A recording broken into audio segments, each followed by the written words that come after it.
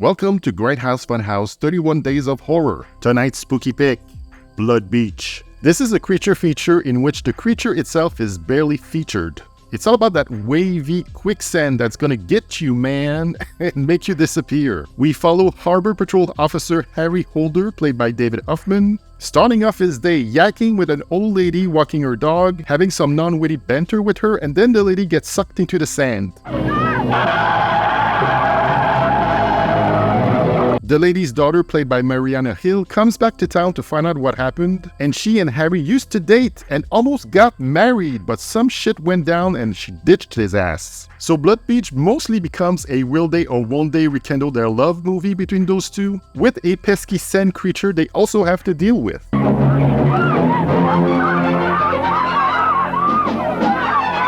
These are the two most basic, bland, boring white people that Blood Beach spends so much time with. I mean, the guy is so bland that he eats a celery sandwich for lunch. Who the hell does that?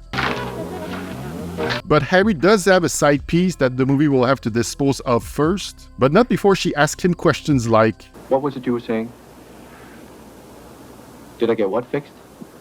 Your clock. Clock. But then she gets eaten too, but then the way that she would have liked.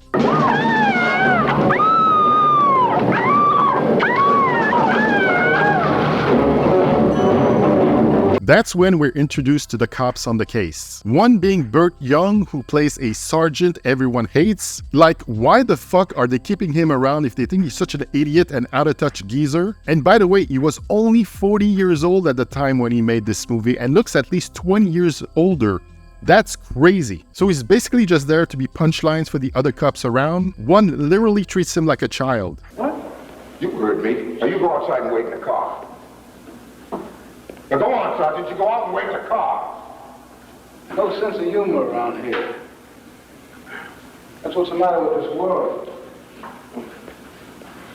I would have punched out that guy. And the one reason to keep watching Blood Beach, at least for me, was JOHN SAXON. Thank God for him, because I would have quit this thing fairly early. He definitely kept me hanging on. This is the third movie I've reviewed from his filmography, Cannibal Apocalypse and The Glove being the other two. Links in the description. And he's become one of my favorite actors of that era without a doubt. That dude was an all-star. You grandstanding twelge. Now, just a minute here. You snot-nosed, scissor-billed crowbait. You can't talk like that. Oh, no? Watch me. Being that it's an early 80s horror movie, a rape scene had to be included, so the girlfriend of one of the Harbor Patrol officer and friend of Harry's wanders around on the beach late at night trying to save a bird, and of course a rapist just so happens to be there, waiting around to rape, one assumes, so he tries his level best, but thankfully the sand creature shows up at the party and bites his dick off.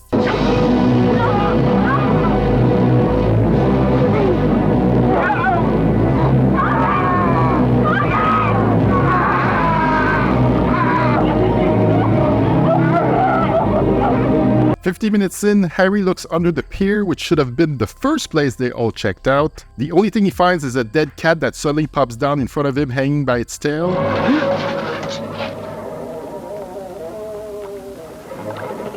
Just then, we see a beachcomber being the next victim of the sand creature, but the filmmakers, being too lazy, didn't film the actual attack. We then go to a bar, which at this point, everyone watching this movie should get up and go get a drink to help getting through the last 30 minutes of Blood Beach. The girl, who almost got raped, feels much better and sings a song with her harbor cop lover. We are just fools for each other.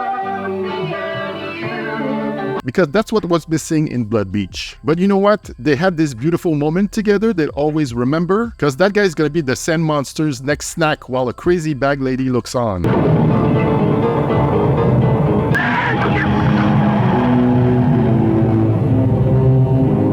Hello, Boom Mike, you old friend. We get a riveting speech JOHN SAXON gives to his troops. Talk to your friends, talk to your kids, talk to your wives if you have to. I don't care what you have to do.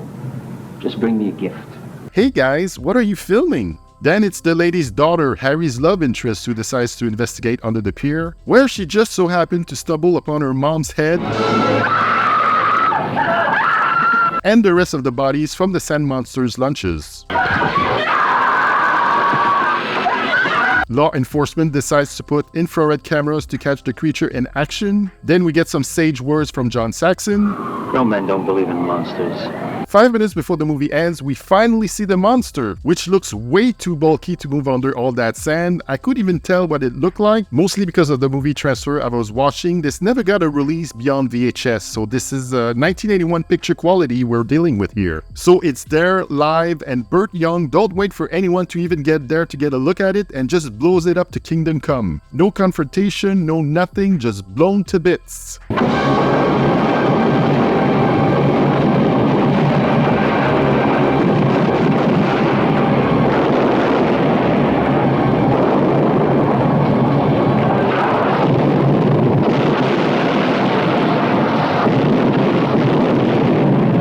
But is it truly dead? It appears not, because we see the sand ripples happening again, but we'll never find out the answer, because thankfully we never got a Blood Beach 2. So what do I think of Blood Beach? I think it's pretty obvious that it's a pass for good old Paul. There's zero suspense, zero gore, the most boring leads ever, besides JOHN SAXON that is. I guess it can be called a horror movie, but to what degree? Their romantic story had more prevalence here, or felt like it. It is a nice time capsule of Venice Beach and the Santa Monica Pier from their early 80s. I mean, I've been there and it is very beautiful. It reminded me of a much better sand monster movie, Tremors. Go watch that instead. Links to streaming Blood Beach are available in the description below.